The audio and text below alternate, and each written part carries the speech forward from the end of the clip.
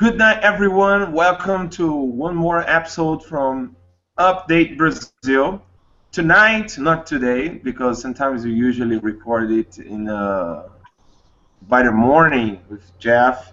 But now it's night here in Brazil. I guess it's late evening in California or late afternoon, I guess. And we have someone very special tonight, but first of all, I would like to welcome Jeff Nyquist. Welcome, Jeff. Thank you very much to be here with us again. Thank you, Alan. And tonight, Jeff could introduce us Mr. Loudon, Trevor Loudon. Trevor Loudon, he's from New Zealand, Christchurch, New Zealand, and he's the author of Barack Obama, The Enemies Within, and the book The Enemies Within, which is about communists in Congress. And he has the New Zeal or TrevorLoudon.com website, which is a must-read for people trying to understand communist infiltration around the world. And Trevor, welcome to the show. Look, thanks for having me on, Jeff, and thanks for having me on, Alan. It's great to meet you guys. Yeah. Very good to meet you, have you on the show. Of course, we've talked before, Trevor, you and I, and it's quite amazing what's going on in the government, both in governments in Brazil and the United States and other governments. I mean, you know, people don't really understand that communism is alive and well, and it's very deeply ingrained inside governments, in the U.S. government. Yeah, look, it has been for some time. And just as in Brazil, a lot of it came through the labor movement. You know, we know that Lula, your former president, was a labor activist, and the Workers' Party was very strongly based on organized labor, which has always been a stronghold of the far left, the communists, the Trotskyists. And that's what's happened to the United States. Before 1995, the US labor movement was largely run by anti-communists. But in 1995, the Marxists took it over. They got rid of Lane Kirkland, the old anti-communist president, and they put John Sweeney in as president, a member of Democratic Socialists of America. And from that point, they went on to take over the whole labor movement and the Democratic Party. And you see that in Brazil, that Democratic Socialists of America helped the Workers' Party very substantially. They helped Lula to take over Brazil. So the same people that helped Lula to take over Brazil through the Workers' Party are now helping the far left take over America through the Democratic Party. And of course, it's something most people are just not aware of. This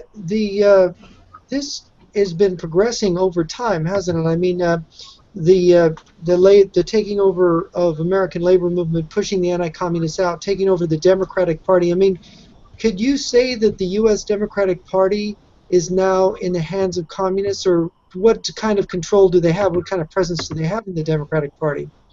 Yeah, look, absolutely, Locke. They own it. See, the Democratic Party is nothing without the unions. They rely on the unions for money, for manpower, for get out the vote, for vote fraud, everything. So basically I say there's 20,000 Marxists controlling the US labor movement, and they effectively control the Democratic Party. You have a whole bunch of US senators and congressmen. I say there are 100 members of the US Congress and 20 members of the US Senate who are so enmeshed with radical socialism or communism that they couldn't pass a basic security clearance to work in the post office. You know, they are so radical. They would not be allowed a basic entry-level government job, yet they are running the country. They are dictating the policies. And this is something that happened in my country, New Zealand, in the 80s.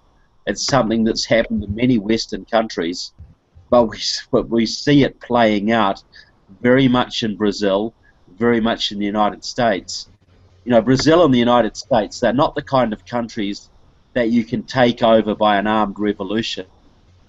Too stable. but they are the kind of countries that you can use the Social Democratic Party or the mainstream left-wing party as a vehicle to bring communists into power. We're having a slight, we're having a little bit of trouble with Trevor's feed. Are you there, Trevor? I guess he's back. I can see you guys okay. Okay. Yeah, so basically what Trevor's telling us is that they have a lockhold on the Democratic Party. It's through the labor unions and the way the labor unions finance the Democratic Party that they have this lockhold on. And now let's talk about the White House. The guy in the White House, Barack Obama, is he a communist? What is the story on him? Yeah, I would say absolutely. Yeah, and it's not just Obama. There's a whole raft of people around Obama. But look, I was the guy who excuse me. I was the guy who first exposed Obama's ties to the famous Hawaiian communist Frank Marshall Davis. Now, Davis mentored Obama as a young man and introduced him to Marxist circles. He carried on that association at Occidental College in Los Angeles. He worked with the Marxists there.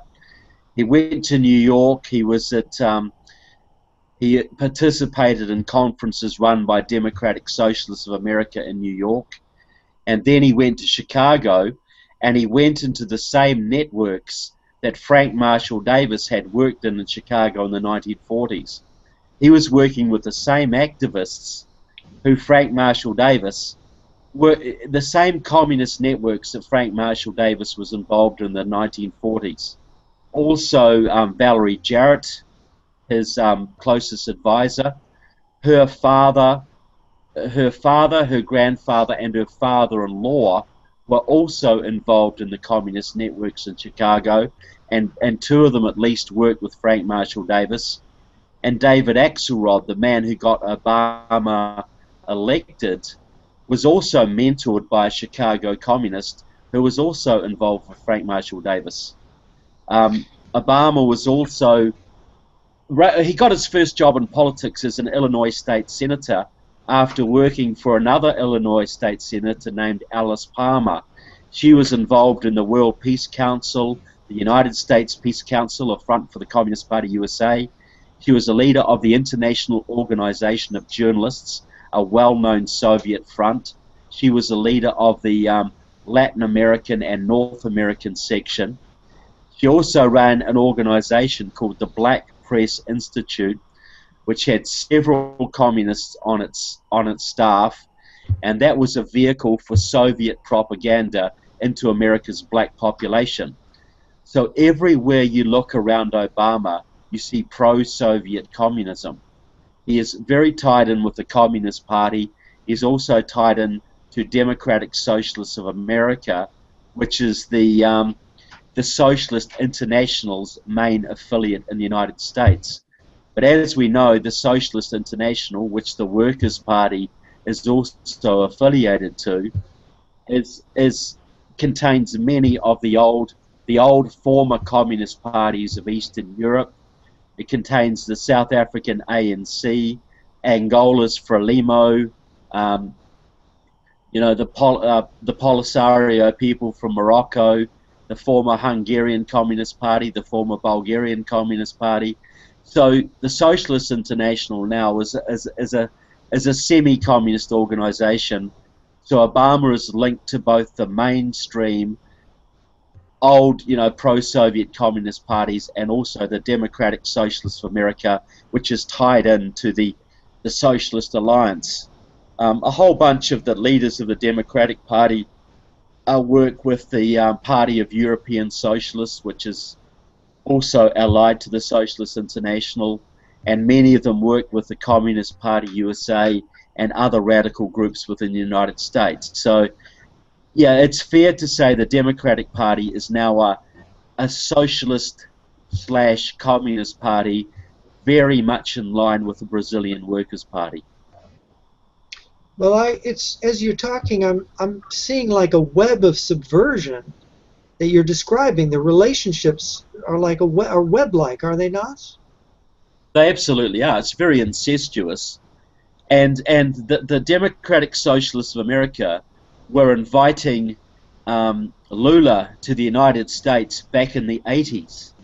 You know, before he got into power, before he was prominent, he was going to New York to meet with members of Democratic Socialists of America.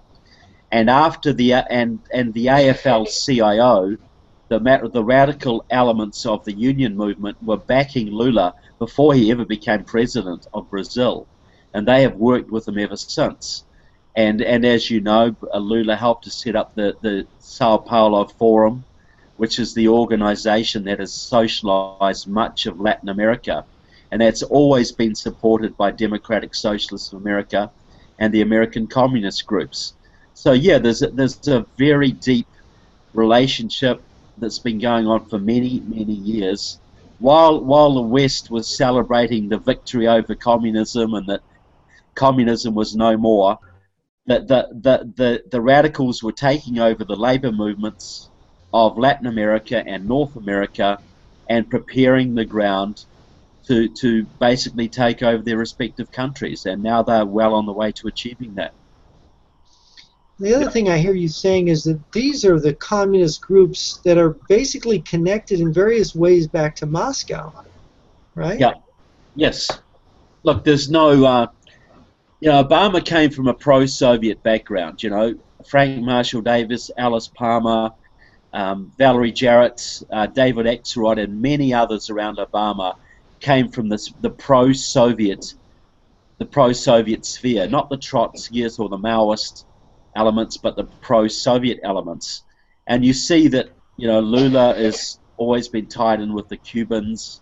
He's always been tied into the, to the world, the World Federation of Trade Unions and organizations like that, which are all tied back to the old Soviet apparatus. And the thing we must realize is that old Soviet apparatus is still active. The World Federation of Trade Unions, the World Federation of Democratic Youth, the World Federation of Democratic Women, the World Peace Council are all still very active. They work with the Sao Paulo Forum, they work with the American Communist Party, they work to a degree with Democratic Socialists of America. There is this subversive network that has always, it never died. It never died when the Soviet Union allegedly collapsed. And they're still working with the Soviet Union today, with the Russian Communist Party and elements within the Soviet Union. You've still got people like, you know, the Black Lives Matter people in the United States, the radicals. They're still going to Moscow to work with radical elements in Moscow. They're still going to Palestine or Israel to work with the Palestinian Jihad, which is very much allied with the Palestine Liberation Organization, which was set up by the Soviets. So these old communist networks are still as active as they ever were. Nothing has changed. The only thing that's changed is that the communists in Russia no longer call themselves communists, so people think the communist threat has disappeared. But the name has gone, but the apparatus still remains.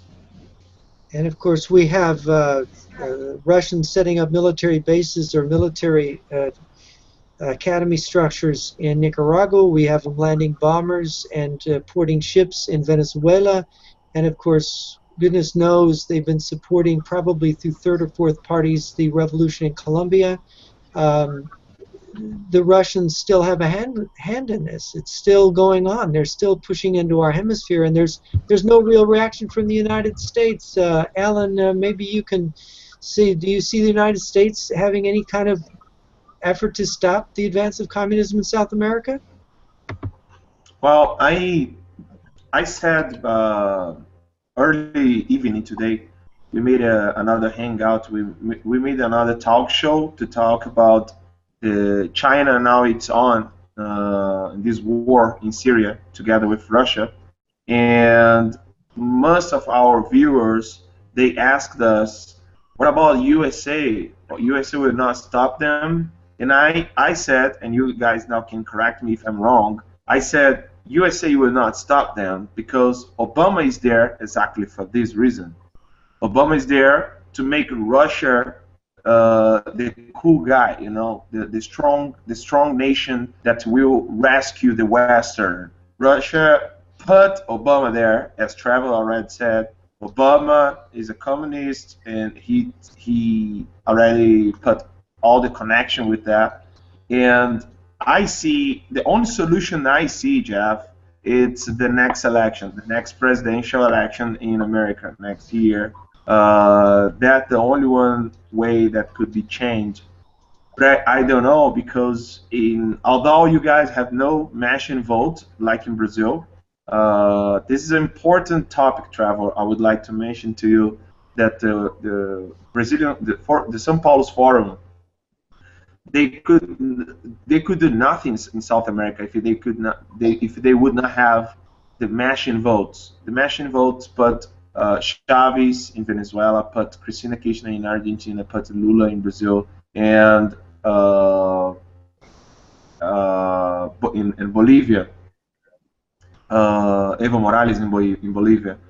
But this is how I see the situation, Jeff. I don't see America escaping from this situation. I don't see the American will be able to strike or to defeat communism if they will not stop.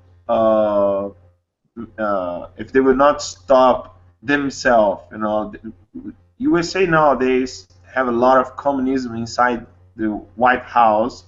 They have a lot of communism at the Congress.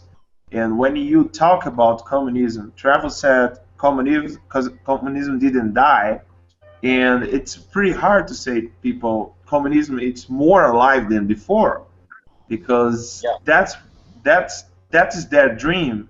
When you say communism, and people will laugh at you. So I can't see a solution coming from the top politicians in America. I just see the solution coming from the people. If the people will realize they have power, and they will go to the street and they make protests and they call against the communists that are inside the White House and inside the Congress, this is the only one way I see a solution. Like we are doing in Brazil. We are about to have impeachment, and if we are sitting down in our couch and wait for the congressman do that, we will not have it forever. We will not have it ever. So that's how I see the situation. Yeah, I think you're right that the pressure must come from below, but there are some U.S. presidential candidates, and I would name Ted Cruz as one, and Marco Rubio as another, who are very serious about opposing what they would call totalitarianism. They may not call it communism, but they are willing to name Russia as an enemy, as a threat, as China as a threat, Iran as a threat, and the allies of those countries as a danger. And I think both of those men would be willing to push back if they come to power. But obviously they need the grassroots support. And that is very much growing in the United States through groups like the Tea Party movement. We just got rid of John Boehner, the Speaker of the House, and he has been seen by the conservatives as really collaborating with the left. You know, he's been selling out the Republican Party, and he is now gone.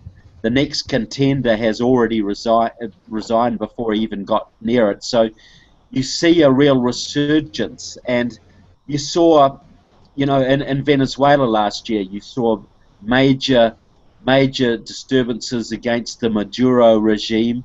You see what's happening in Venezuela and in Brazil right now.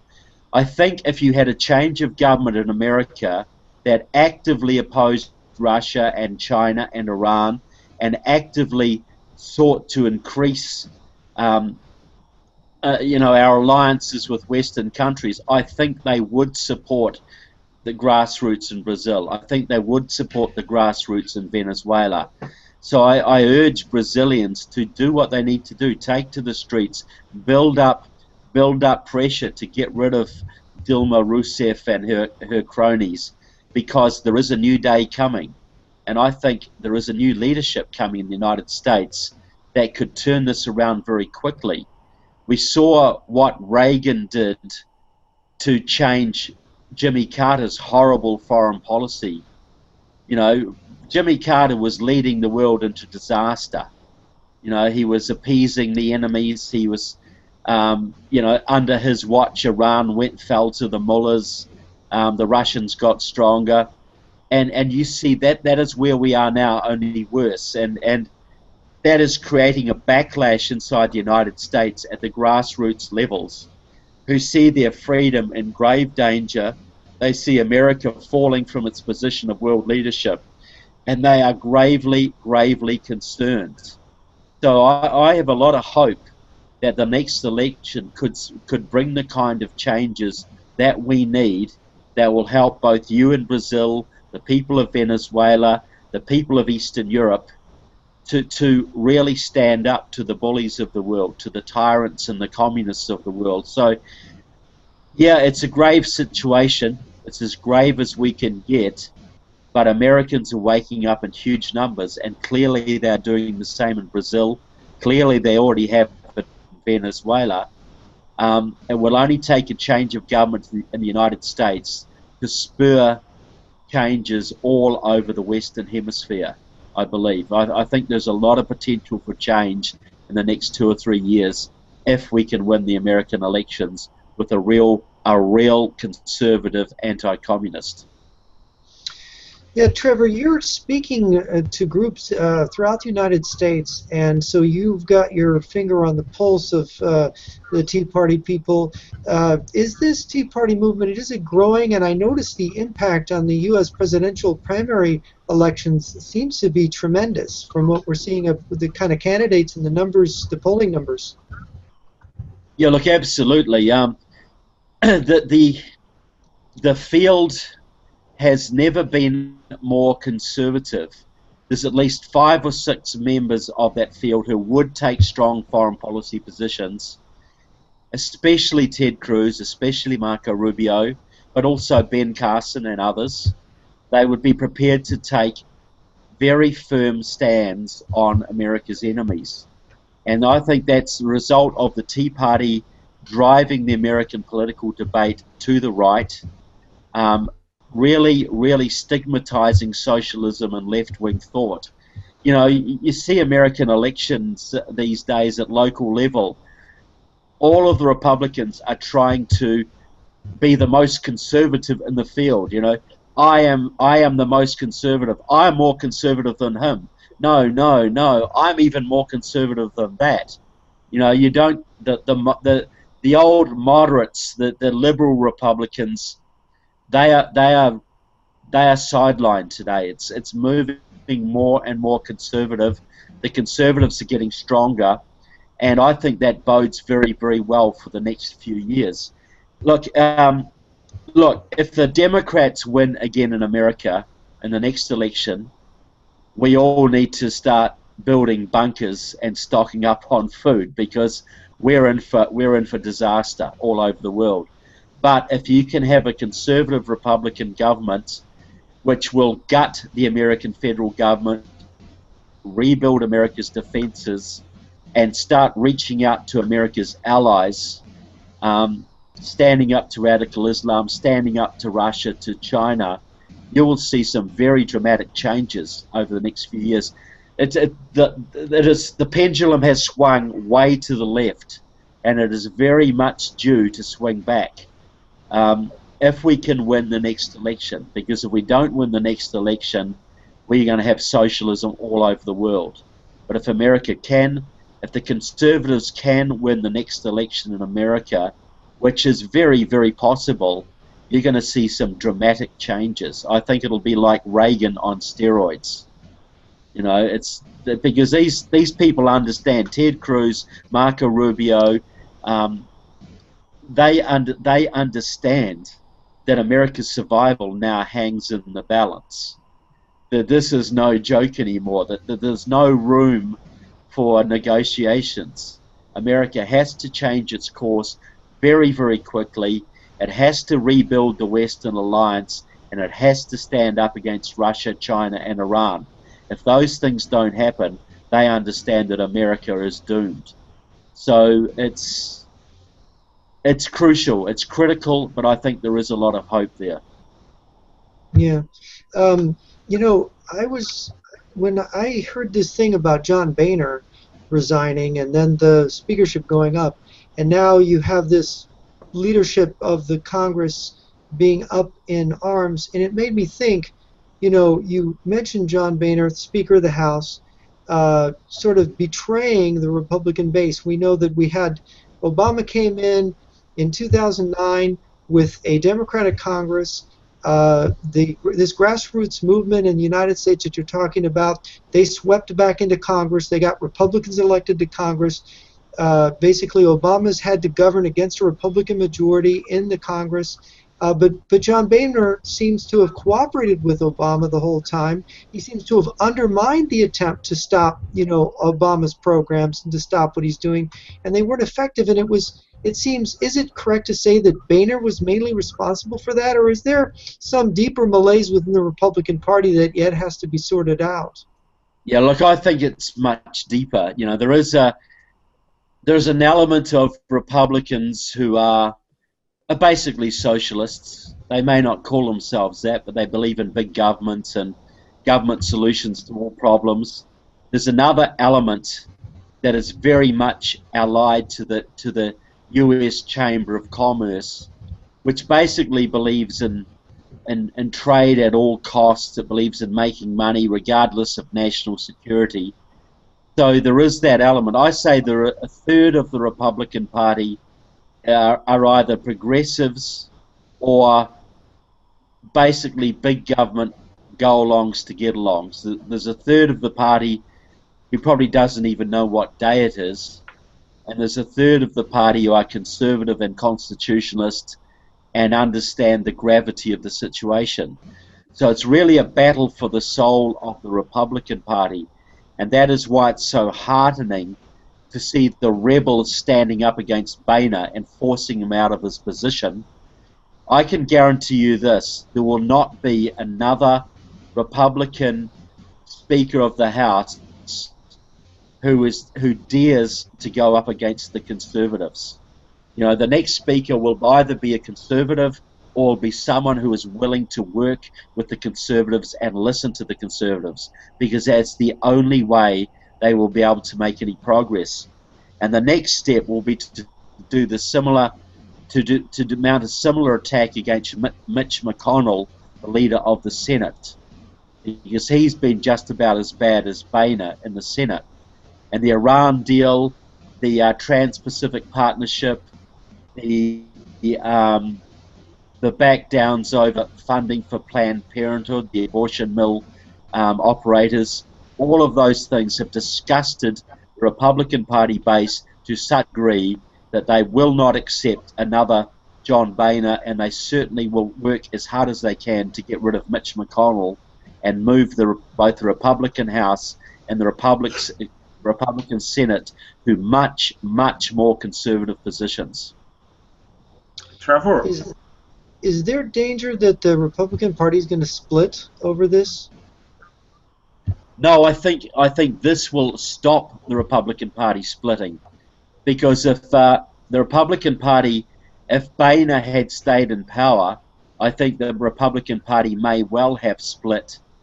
But the fact that Boehner is being kicked out, I think, will actually help to heal the Republican Party, because now the split would have been the conservatives breaking away, but now that the conservatives are winning, are starting to win, the moderates are not going to split away.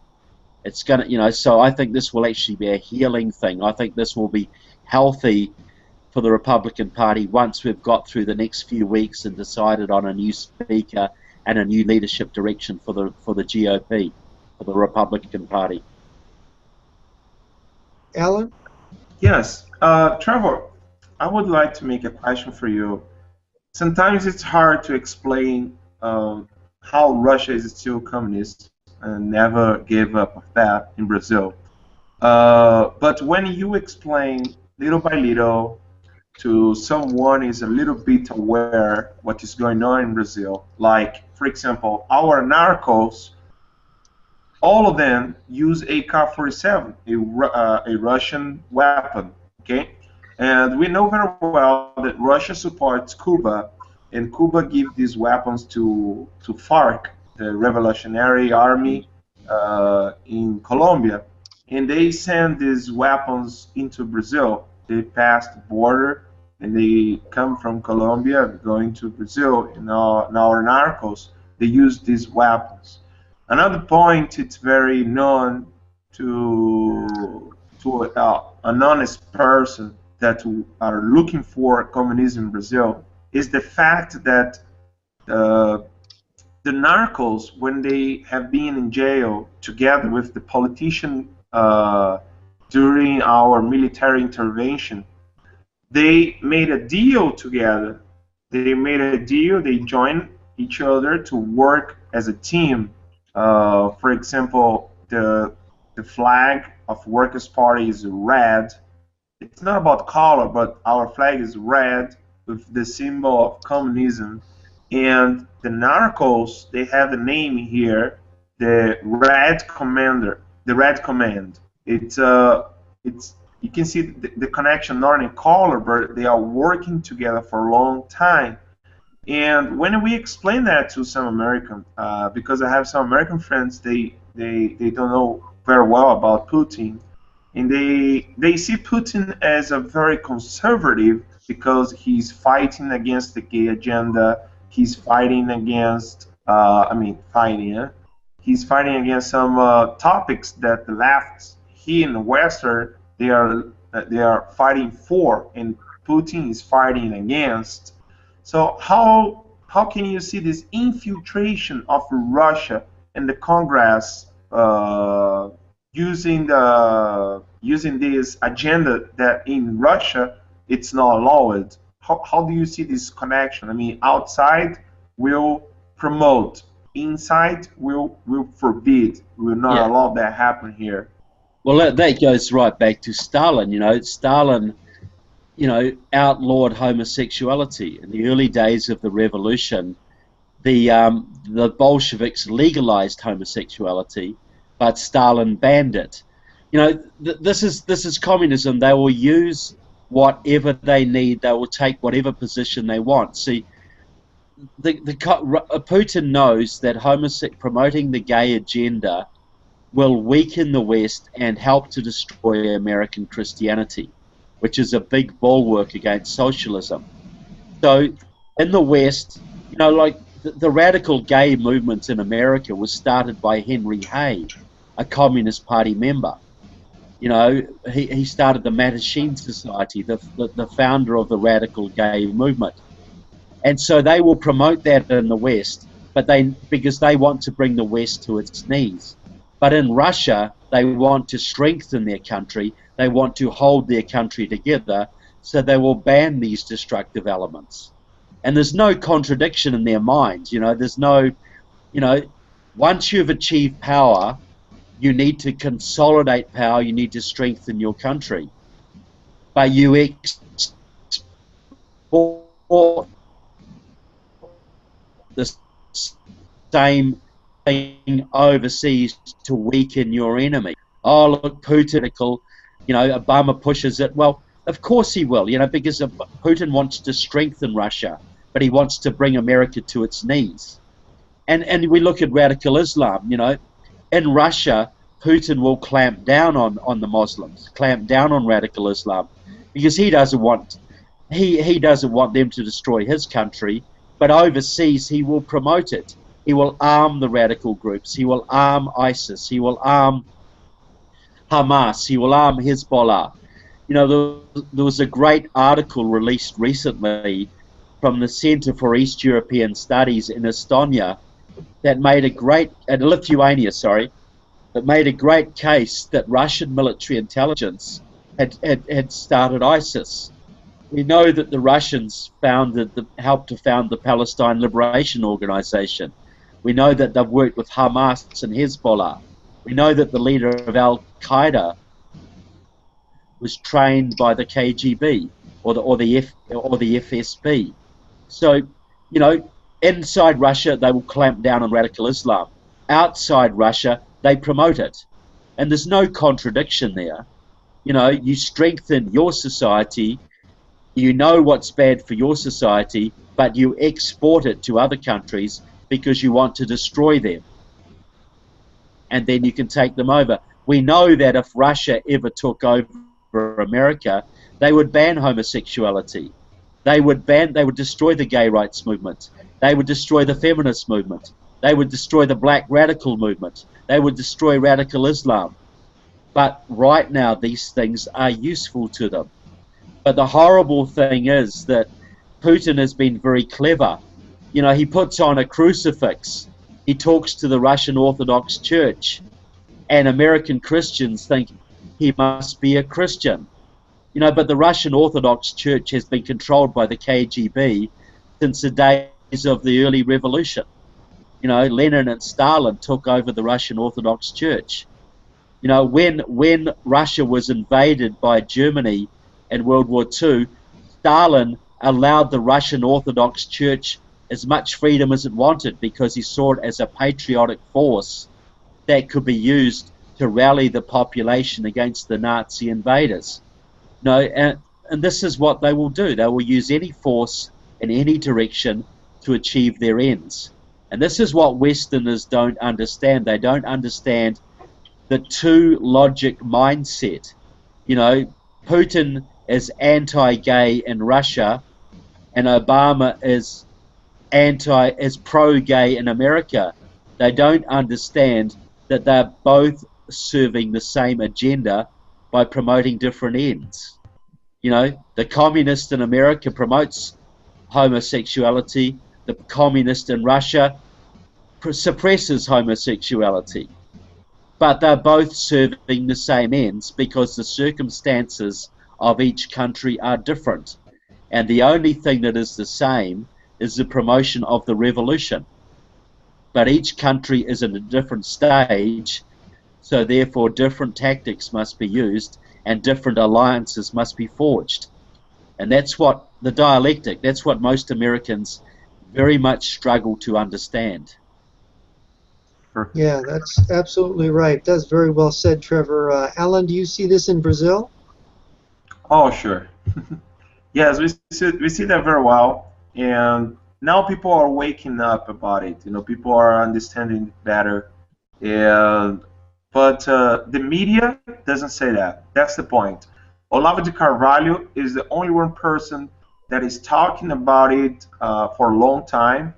Most of the people who are talking about it came after him because learned from him, and he was the first to talk about it, those things, about this fake split, about what the communism like to do outside of their country. As Trevor said, what communism want to strengthen, how they want to strengthen their country, and how they want to make his opponent weak, how they want to destroy their country. But the media here still doesn't say anything about it. They like to put like a mask on the conservatives. You see, this conservative is too aggressive. He's so hot and tough. He's tough. He's aggressive. He's horrible. He's like a dictator. That's what the media says. But the people are understanding it better now. And of course, we know very well. We laugh at them here in Brazil because imagine Che Guevara used to kill all the homosexuals.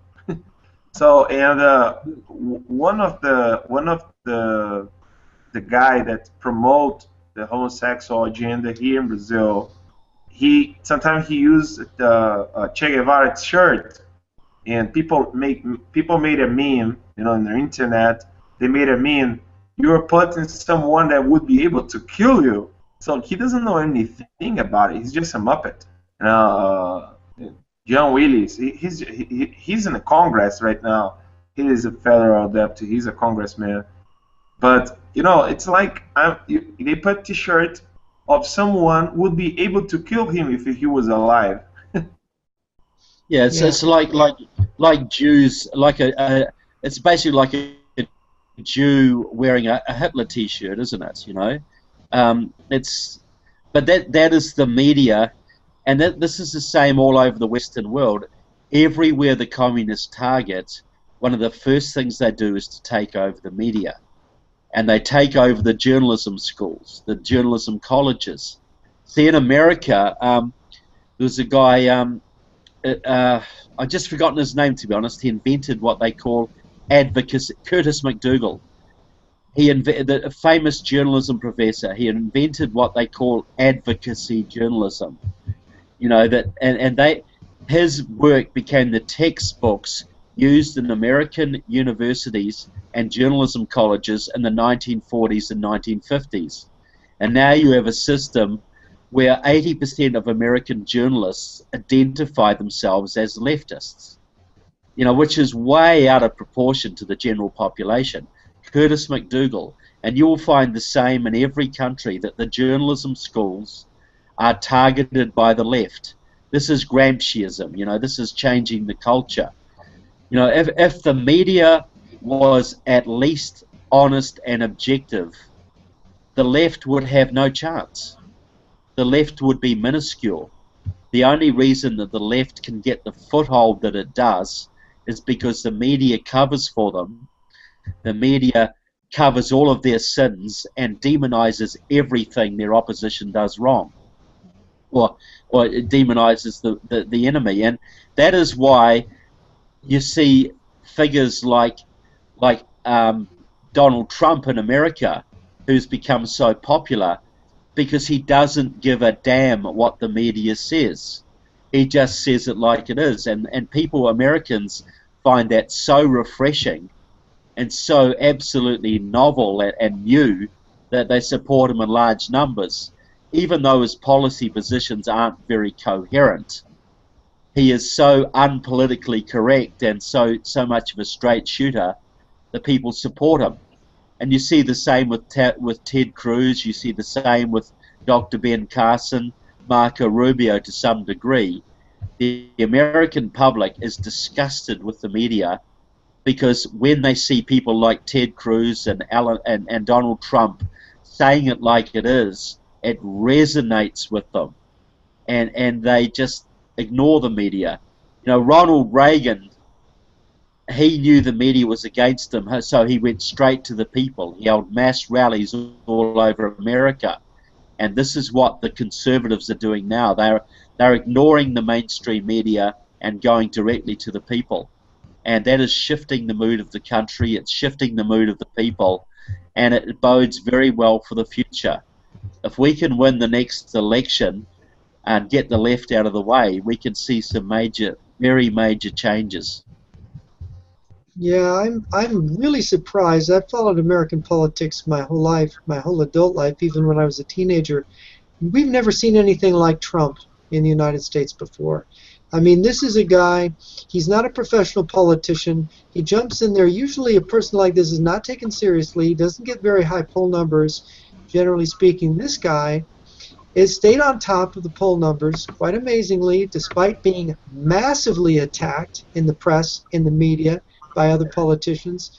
And it is this combative style, like you say, Trevor, of not adhering to any political correctness, just shooting straight and saying what he thinks. I mean, here's a politician or a guy that's running for office, he's not really a politician, who when in the first debate they said, you know, who's going to promise not to run as a third party or whatever, and he raises his hand, you know, and the audience boos him. But he doesn't stop for a minute. He doesn't care if it's unpopular. He's saying what he thinks is true. He's showing moral courage, which is what our politicians in both parties have not had in this country. And I think the people found that somehow attractive. They want honesty. They want somebody who's going to tell them the truth. And they've got that with Trump. And I think I see Dr. Carson's numbers going up, which is very interesting and unexpected. We've never seen people who are not professional politicians getting into a race like this and being the front runners. Yep. I would Yeah, like just. it's true. I just noticed. Sorry, Trevor. Go ahead. I just noticed a comment, Alan, talking about Marco Rubio.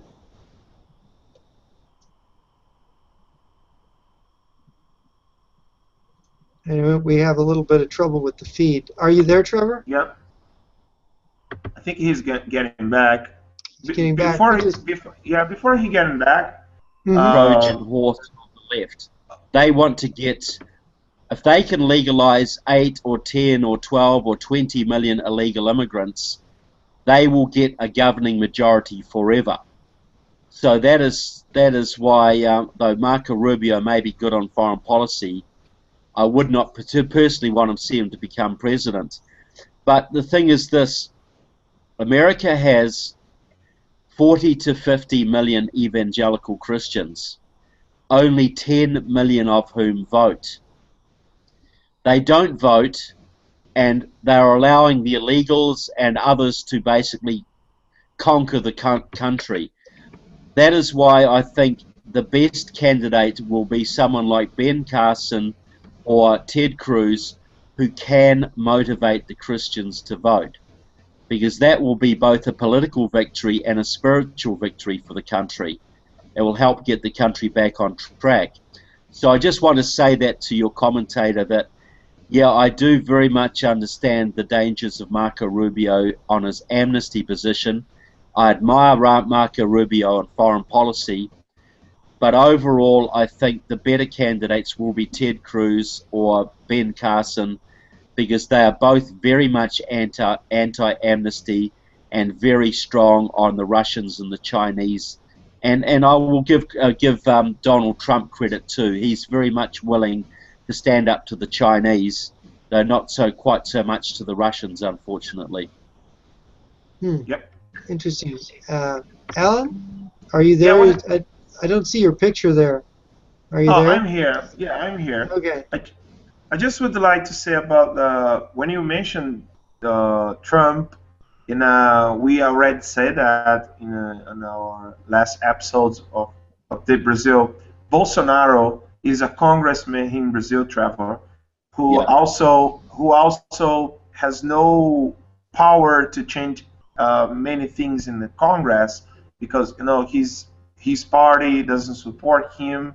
But he's very, very strong in his position, and even when the media is boozing him, he doesn't care at all. And lately, he is doing some trips around the country, and wherever he goes, everyone just receive him as a party, like a pop star, like a rock star. Right. That's so amazing. 2 days ago, he used to come here in our talk show next Tuesday. On Tuesday, he will be here online with us. And his last trip to the north of Brazil, people just received him as a president. It's like, and the media doesn't say anything, not even a word, not even a note, not even, it's on news, you don't see anything. So what he has to give to us, to Brazilian people, he just say everything that we want to hear. We are tired of communism, we are tired of Venezuela, we are tired of voting machine vote, we are tired of everything. When you told that the conservative movement is growing everywhere around the world, I see that as an amazing thing that's happening. It's like finally, we are saturated of these lies, of these communist lies. We are saturated of this fake split, and people are looking for a real politician that will strike them, that will not hide any position. I am against that, I'm against it, I'm against that, because I am part of the people. And it's not like a fake speech. but they are really saying that, and people are getting, you know, so happy with that. And what's going on with Trump in Brazil is the same way. Bolsonaro, he never gives up of what media says. He just don't care about it, and he still keeping going on. I just would like to show some commentaries here because we have few minutes to end our show, and there is a question here. So this is the question. According to the factors, the main recruitment targets of the KGB are those on the political right, nor left, as the left can be counted on to work for free and without need or coercion. Yeah, well, another commentary, I guess you already made, was that one, right? Marco Rubio? Yeah. Okay. Yeah. Jeff? Yeah, well, I've written about this, and I do agree that they've targeted the right, and they're infiltrating the right, and maybe Trevor can talk to this, what his thoughts on it are.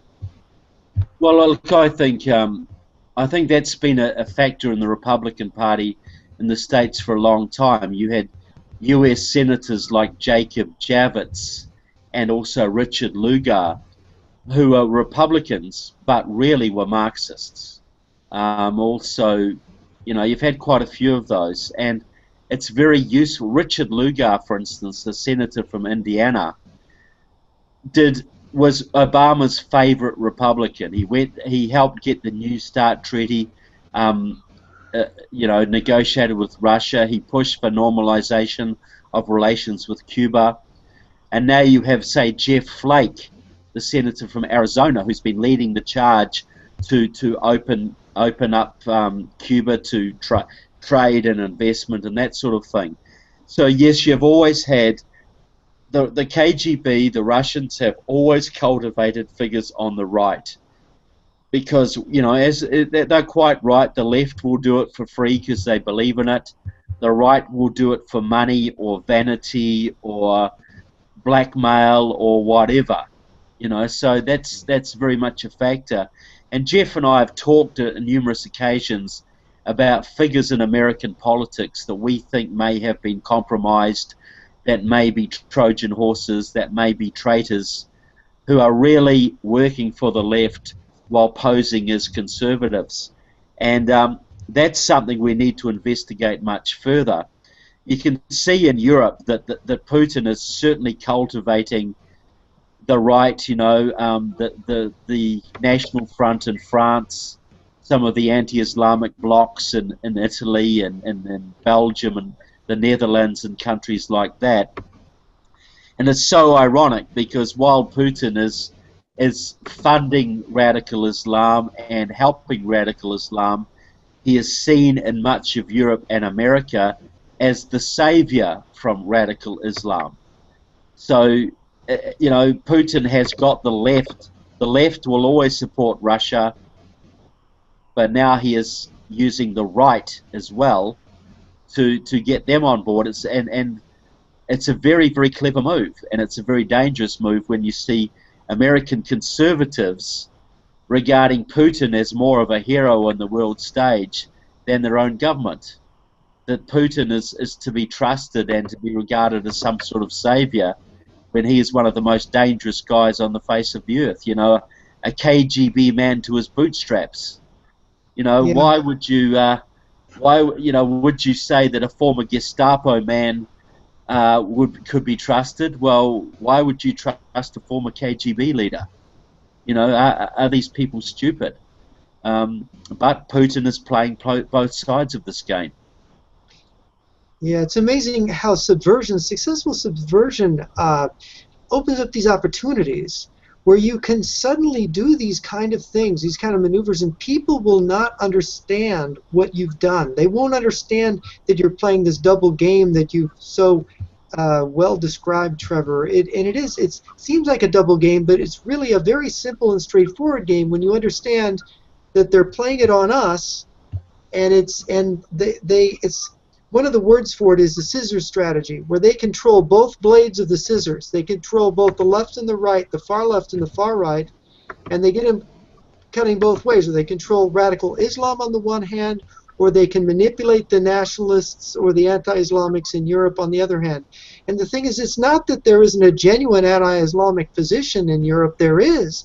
But the fact that Russia can wiggle in there and try to get a position cozy up to them is very dangerous. Yeah, it's and you still even, you know, relatively respectable American conservatives like and now I've just forgotten his name, well, but Pat Buchanan is one name. Buchanan, you know, who thinks Putin is wonderful. You know, Putin's a nationalist. Putin is a Christian.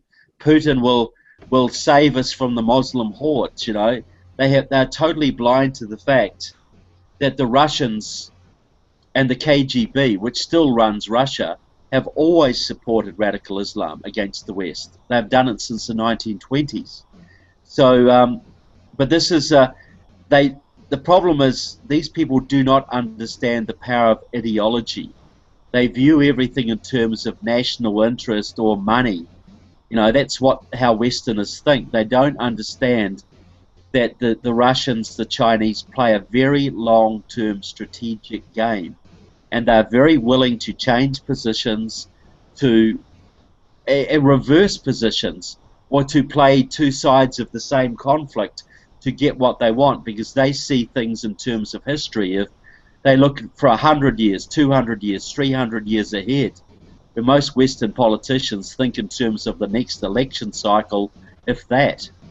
And they really do not understand the psychology and this long-term strategic thinking. May I give a little example, if we have time? When I had a friend who trained in Moscow in the 1980s, he infiltrated the New Zealand Communist Party for our security services, and in the 1980s he trained in Moscow at Lenin's Institute for Higher Learning, and that was the time when Russia was bogged down in Afghanistan. And the communists from all over the world were bitching at the Soviets. What is happening in Afghanistan? This is bad for us. This is bad for our prestige. We're embarrassed. How can the mighty Soviet Union be bogged down by a bunch of tribesmen? And the Soviets said, don't worry. This is our strategy. This is our strategy. We went into Afghanistan to lose. We will lose this war because America had its Vietnam. America got a bloody nose. We are going to have our Vietnam. We have to appear as weak and stupid as the Americans. We are going to lose this war, and that is going to make America look at us as no longer a threat. And if you talk to American conservatives today about the Russian threat, they will say, well, we don't really have to worry about the Russians. They couldn't even beat the tribesmen in Afghanistan. They couldn't even do that, so why should we fear Russia? Now that's changed in recent years, but 3, 4, 5 years ago, that's what American conservatives would have said. And that was a strategic move. You know, Russia lost in Afghanistan and it gained the disarmament of the West, because the West no longer saw Russia as a military threat. Now that Russia is clearly a military threat, the West is just scrambling to think what it can do about it. But that war in Afghanistan, they lost it for a reason, and this is the kind of strategy they will do all the time. This is the kind of thinking that Westerners need to understand if they're going to understand the Russians or the Chinese or the Iranians. They don't think in terms of election cycles. They don't have to face meaningful elections. Yeah, I totally agree with what Trevor just said, and I would also add that the Russians spent a lot of their time in Afghanistan infiltrating Islamic groups so that they could have more of a hold on Islamic radicalism. Because they were there in the country, those groups came from all over the Muslim world to fight Russia, and what did they find out? Some of them were taken prisoner, others of them found that there was Russian money that they could change sides, they could work with Russia. So it's a very interesting story. Afghanistan, the story of the real Afghan war has never been told. Yeah, and America still thinks it was a great victory. They think they gave the tribesmen some Stinger missiles, and that turned the course of the war. This is still a myth that most Americans swallow, and it's very hard for them to accept that what they thought was a victory was in fact a major defeat. And now American forces have been in Afghanistan longer than the Russian forces ever were, and are we winning? No, we're going to have to pull out, and who's going to end up with the country? The Russians, almost certainly. That's right. Yeah, that's it. With a whole lot of American arms and infrastructure left to use, you know. Yes, that's right. Yeah. That's right. So I think we're getting to the end of the show, Alan. What do you have to say? Yes, we are ending the show. I just would like to underline again the necessity to be connected, to be in touch, Trevor.